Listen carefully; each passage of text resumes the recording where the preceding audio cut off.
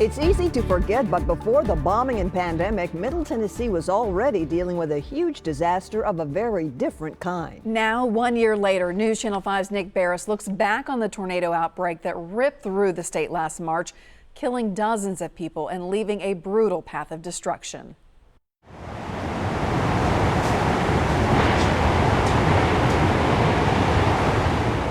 The center of circulation likely passed just north.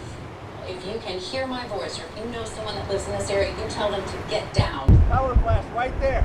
Tornado is coming. A storm of devastating force arrived from the west under the cover of darkness in the early morning hours of March 3rd.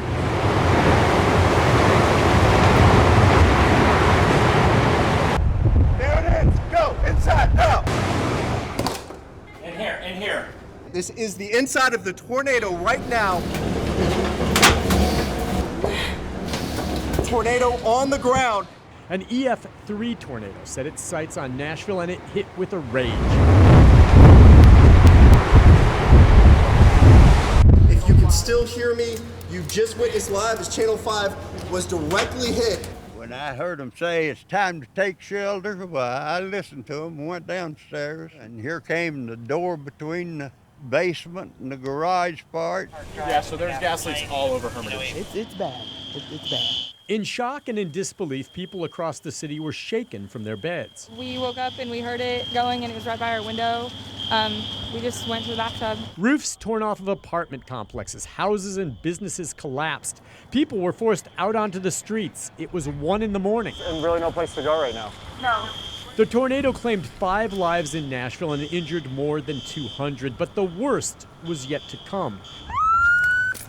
I don't know what category that is, but it was pretty strong wind that came through. The storm cut a destructive path through Wilson County and made its way to Putnam County, where an EF4 tornado hit the Cookeville area.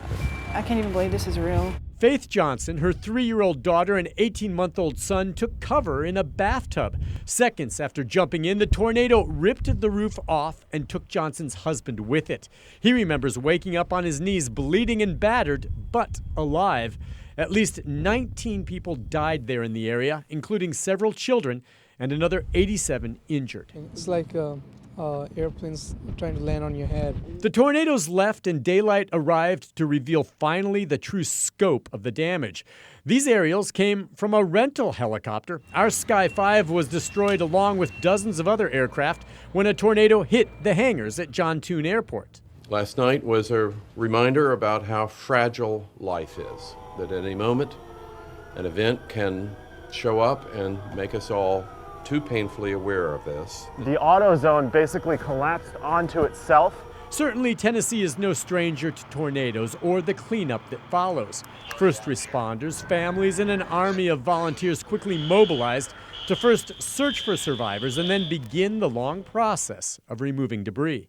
A tremendous coordinated effort. The next week, Governor Lee declared a state of emergency. The pandemic, of course, slowed the recovery efforts. There is still cleanup and rebuilding to be done. Nick Barris, News Channel 5.